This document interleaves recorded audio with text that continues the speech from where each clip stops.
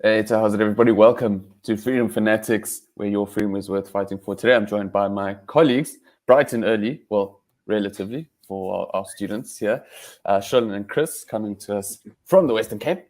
Guys, remember to follow us at Badger of Liberty, Instagram, TikTok, Facebook, as well as Twitter. And right, guys, so let's jump into it. And we introduced the show this morning with a video of what is the quintessential starter pack for a political party launch. And that is because there's another political party on the scene in the run-up to 2024. It is the political Game of Thrones at its best. So now this political party comes out of KZN, and it's essentially, it seems like it's the Action South Africa to the DA. So what the Action South Africa was to the DA is what this party is to Action SA. It's a breakaway from Action SA. And this is a former KZN Action SA members form a new breakaway liberal party called Activists South Africa. Now, this party is started by Busi Nchingila, she's the provincial chairperson of the political party, and she was involved with Action SA, and she felt that she couldn't get the politics done that she wanted to, but she was backed by the community. And what's quite interesting here, at least to me, is that there is some sort of a mandate here. Now, we spoke a few weeks ago about Musi Maimani's new party, of course, Build One South Africa, and she basically says that the key to her politics is working with people on the ground. But let me come to you, Chris, first. What are your thoughts around another new political player and activist society, Activist South Africa? Beg your pardon. I think new political parties are crucial going up to 2024, where voters have a choice. There's this, voters always need to have a choice, and new political parties are crucial. And voters need to look at these parties, and they need to weigh up their options, and they need to do their research and pick which one is the best. So, yeah. This is welcome news. We like people. We love people who want to work with communities, who realize that their power is by the people. The people are the ones who hold the power, and that's crucial to the way forward. We've seen what an unresponsive government looks like. We've seen what an basically unresponsive opposition looks like, and that's not the way forward, and this is the way forward, working with the people. Absolutely. I mean, Sherlyn, it's basically, I mean, if you go and you want cereal in the morning, and the only cereal you have on offer is one that, the box is empty all the time, and you can only eat it with water because the milk has been stolen, then you're going to go for, maybe opt for oats instead of dry, no-name brand cornflakes that's been there for the last 20 odd years. What are your thoughts around this? I mean, what's fascinating about what it seems pretty honest. I mean, and Chingila says that what I learned from Action SA is that you can build something from nothing. And that many of the members of the newly founded Activist South Africa, it's just a tongue twister, this party, has strong community ties, and they need an outlet to continue their groundwork. So, I mean, that sounds to me like a bit more of a manifesto than, or something tangible more than what Musi Maimani was offering the other day. Yeah, so one thing I would mention is that I really like the idea about this Activist South Africa is that they are really taking like a bottom-up approach. whereas many of the established political parties in South Africa today, they have a very top-down approach. So they make all the decisions at the top, and everybody at the bottom must just follow, or you need to get out.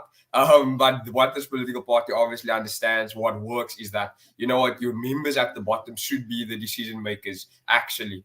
And that the leaders are the ones who should follow the mandate that's given to them by the members. And another thing that one of the leaders actually mentioned is that they're not just here to just shout across the room and be like, no, this is all the problems, this people are bad, our opposition are the worst, they're a bunch of arrogant racists. They understand that does not work. It's not an appealing way to attract people into the political field. And what they actually are like, you know what, we're going to focus on the concerns of our communities. And I mean, that is just brilliant. I hope that they actually do succeed. They have identified as a liberal party, if I'm correct, Alex? Yeah, as a liberal party. At least there's some ideological foundation that they're establishing themselves on. I think that's brilliant also. It's a brilliant step in the right direction. And it's also part of what Frans Cronje used to say, is that, you know, we're going to see a fragmentation in South African politics with the political parties. We're going to see more localized political parties and not this mainstream idea of what we understand political parties to be right now. And I should also note that a very exciting part for me is actually that the majority of, whether it's BOSA or Action SA, it's actually Activist South Africa now, all of these new political parties, or even the one of Justice Mogoeng, all of the political parties that are establishing themselves right now are center-right. So they're either in the center as liberal or they're on the right side of the political spectrum, which is a good thing because it counters the left of the radical left side of things, like the EFF and all of these factions in the African National Congress. So it balances, it's like an equalizer on the political field.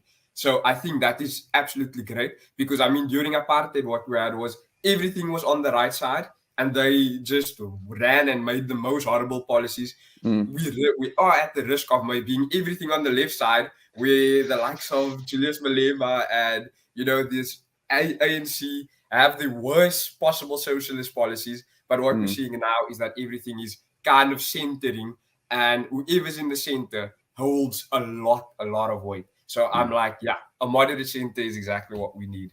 So I'm definitely in support of it, Alex. Absolutely. I mean, Chris, the one little, I mean, not red flag about Activist South Africa launching, but you do quite a lot of research on coalitions. What are some of the maybe cautions that or things that voters might be aware of? I mean, we've seen the Johannesburg City Council go into shambles with some politicking there and supposedly illegal meetings and council sittings, re-electing members there.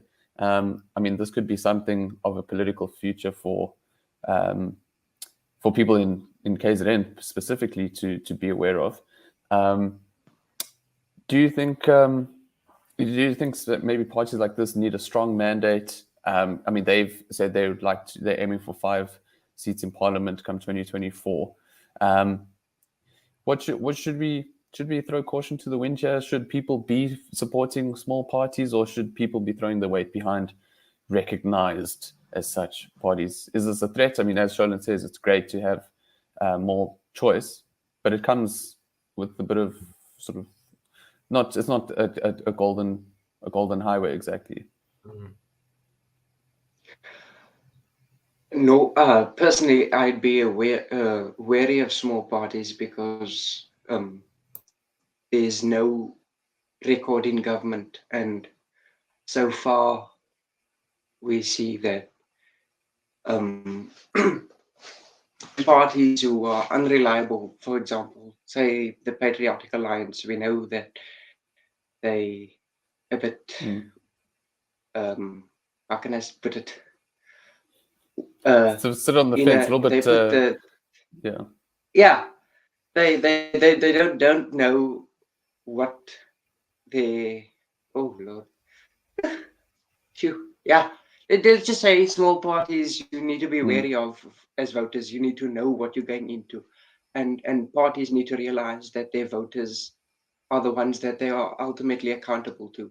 So Mm. if you want to vote for activist South Africa, you can vote for them, but you need to be wary of what they stand for and what they aim to do when they are elected. So yeah.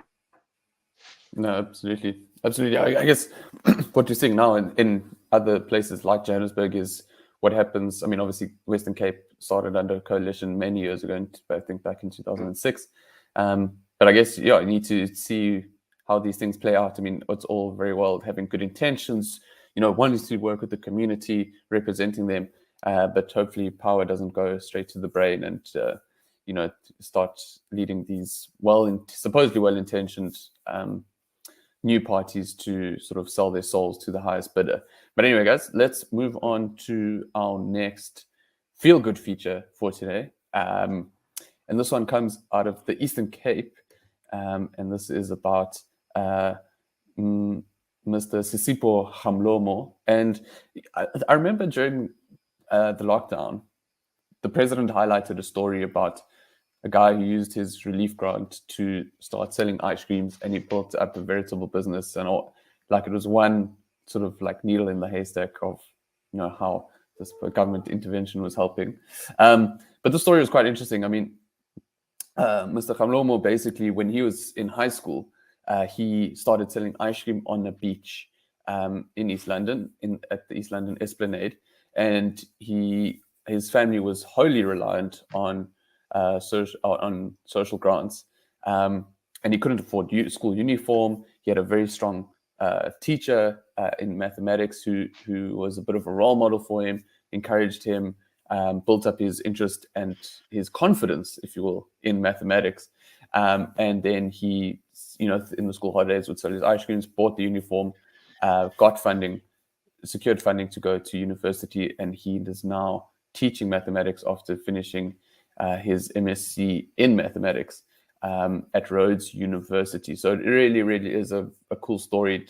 I think, but for me, Sean, I'm going to come to you on this one, is how important it seems to have, I'll come to his persona in a bit, but having somebody in your community who it can be a role model. And it seems like in this case for Mr. Hamlomo, it was, in fact, his mathematics teacher. I mean, yeah, more role models, more math professors, it seems. Yeah, no, absolutely. I do think that, it does. I really don't like it when people tend to be like, when somebody succeeds in, for example, a community that's maybe impoverished or whatever, then they like to say like, oh no, this person is merely an exception, they're not the rule. But the thing is, what you don't tend to understand is that when you see an exception like this, somebody that shows that, it actually is possible, trust me, there are other people who are looking at this individual's life and being like, yo, this person beat the odds. This people comes from a similar community than I am. And they still made it. Even in poverty, whatever the case may be, they were still able to do it. So why can't I also do it? And that is a really important mental configuration, because I think it breaks down this mentality of victimhood. Of, I find myself in a very struggling position. I grew up in, for example, a poor family. My community is ravaged by all of these bad things. And now I can't do it. And it breaks down that possibility of saying, no, I cannot. Another interesting thing about this guy, Alex, is that his family, or one of his parents, I think, was actually dependent on a grant system, or himself. I'm just not sure. And that actually is one of the things that makes me, how do I say this, evolve my view on what we know as like the welfare system. Because I do think that there is a place for a social grant system to exist in a society, in a country. However, it's not healthy when, the majority of the people are dependent on the government for a handout. That's when I think we're heading into risky territory. But I mean, like, here clearly a social grant was an assistance to him. It was not a chain that kept them locked, in perpetual dependency. So I think that's one of the success stories that Cyril Ramaphosa, obviously they knew that they need to take this and run with it, to be like, you know what, we need more grants, which maybe we do if we have more jobs, then we could possibly pay for more grants. So that's definitely something to take in consideration. And I mean, yeah, this guy has every reason to be proud of himself. And yeah, I mean, like that makes him humble, to be like, you know what, you actually have to work, if you want to make a success of your life or even just your family. Well, I mean, I guess the one thing that, Chris, you've written actually recently about social grants and the welfare system. And I think the thing is here, the one thing that stands out to me is that he was able to sell, like he had the initiative, of course, but he had the freedom to sell ice cream on the beachfront, not being hamstrung, because we know for informal traders, you know, the police coming and taking your stock, saying you're not allowed to operate here, that's a big problem. But here he found a gap in the market. He was able to sell his goods. And that ultimately, yes, using the cushion from a social grant helped him get ahead. Is that kind of the model to sort of get launched from escaping a dependency on social grants? What are your thoughts? Absolutely. The government, I think they need to sort of embark on a public relations campaign of sorts, saying that social grants aren't the be all and end all of life in South Africa, and that these social grants are a means to an end for those that have initiative, looking for opportunities to work, and are desperately looking for a way out. They want opportunities, give them opportunities, and if they can use their money for the greater good, then definitely allow them to do it. Don't say, here's a grant, so much people, so much million grants, and yeah. No, absolutely. And I guess the thing is here, eventually, I mean, he went, Mr. Hamlomo basically went from being a social grant beneficiary to ultimately being a concerted taxpayer now. So I guess that is the full circle that we want to see more of those. But what we want to see is that tax money getting spent properly. Sheldon, any last thoughts before we jump into your reactions? Yeah, no, I was just going to add there that, I mean, government's main focus should be actually delivering services. You know what? They don't need to social engineer success for everyone. And I think that's exactly on point, Alex. I mean, this man went from being, you know, a dependent on a state resource to being actually resourcing the state. And I mean, that's just brilliant. And yeah, government should definitely be spending that money on services that they must deliver. Yeah. Absolutely. Making the lives of people like Mr. Hamlomo easier. But guys, that's all we have time for today on Freedom FANatics. But that's not all we have for the show. Of course, we have your reactions coming up with Mbali. Guys, remember to follow us at Badge of Liberty, Facebook, Instagram, TikTok, as well as Twitter. So without further ado, let's roll out the red carpet for Mbali for your reactions.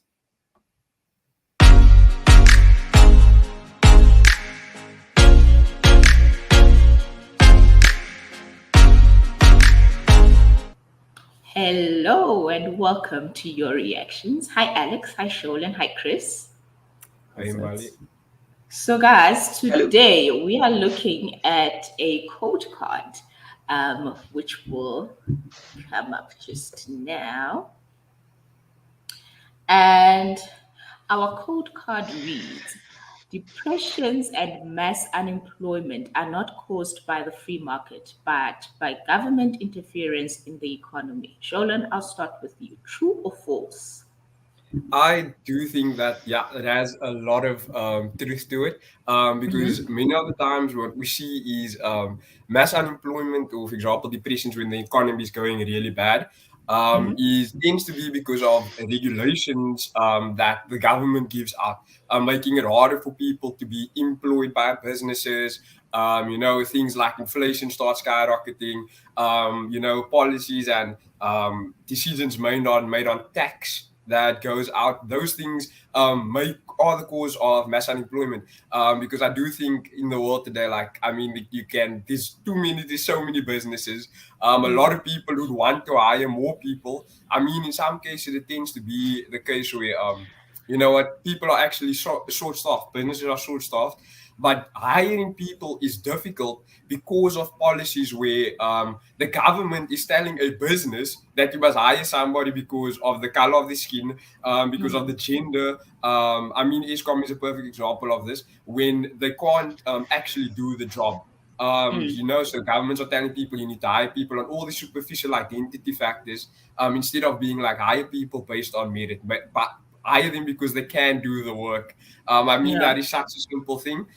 So yeah, government interference should be, I think, it should be limited, and it should be brought back to delivering basic services for people and not necessarily interfering in the economy in Bali. Definitely. I truly agree with you, Sholan. So our first comment that we're going to look at is from Madeline, and she says, that is it in a nutshell. Sickening and the looting continues. Alex? Well, I think if the government interference is reduced to looting, as we often see in South Africa, then I totally agree with Madeline. But yeah, I echo what Sholan said. Yeah, I guess, I mean, look, I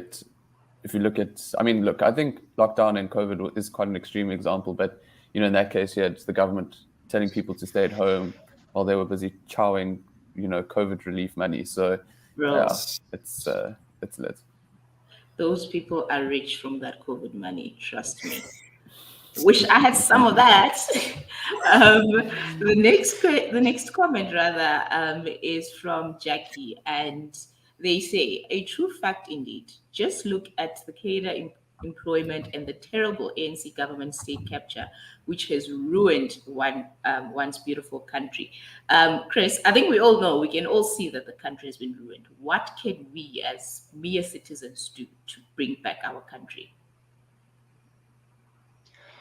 You demand freedom, basically, if I can put it like that. So just simply, you demand that the government give you freedom to operate in the most efficient way possible. If you want to start a business, you can start a business. If you want to hire whoever you want to hire, you can hire them without the government having to tell you who to hire. And that's the way that you succeed in life. Individual liberty and individual responsibility is quite important in how economies and governments and the country functions, basically. Yes, sir. Preach. And our next comment is from Willem or Vilema. And he or she says, my depression stems from the increase in violence, which is increasing daily. I think we can all relate. The other day, we were looking at a story of a student who got mugged for mere cell phone, and, you know, their life ended just like that. Sholan, does your depression also stem from there? Yes, absolutely it does, Mbali. I mean, we have too many horrific stuff happening in this country, especially like violent acts. I mean, recently the new trend is now, you know, people being kidnapped, and then being extorted. I mean, just recently in South Africa, one of that situations happened where, in the Western Cape, a Ukrainian business owner was kidnapped, and then they were like told like, yo, you need to pay us a ransom money and then you will be released. And my question is, where is the police in all this? I mean, the South African police service, we know, SAPS, is understaffed. It's under-resourced as well. We are constantly hearing situations where, Bali, this blows my mind, where police stations are being robbed by gunmen and being stolen of the guns. I'm like, if you need to know the state of South Africa's police and security service, that is a case in point. We don't even need to add anything to that. It shows the dire situation that we have right now. And then obviously we have the OG, the Top Gun, with his brilliant hat, aka Becky Chele. I mean, this man is so busy chilling on Camps Bay beaches and trying to, you know, arrest people for being outside during lockdown. And then he is actually attacking and, you know what, approaching and convicting real criminals in South Africa. So I really think, we need a massive change, or else the violent situation is just getting worse. Yeah, true, which is really sad. The next comment is from, well, the next and the last comment is from Jin Yang, and they say, so true. Why is it that socialists don't get it? Why is that they continue to blame capitalism as the bad guy when it is the fundamental of all the economies? Alex, your thoughts? I heard someone recently explain that, like, for example, like the ANC just doesn't get business. Like they just don't really understand how to make money other than through, cronyism. But isn't Cyril a businessman? You see, I think this is one of those great myths of South Africa. But no, I think he's been on a lot of boards and been placed in a lot of convenient positions that has helped him accrue wealth. Alex, he's the chief cadre that has been deployed by the ANC into business. So exactly. He's number one. I don't know why. I don't know what doesn't click in their minds. I think it's like stems from resentment towards the individual, maybe. Yeah, I don't know. That's deep. That's a tough one. That is very, very deep. But anyways, guys, I think on that deep note, we've come to the end of our show. Thank you so much for joining us on this episode. Do remember to follow us on Twitter, Facebook, Instagram, TikTok. We have very, very informative content. And yeah, we'll catch you guys next week. Do remember that your freedom is worth fighting for.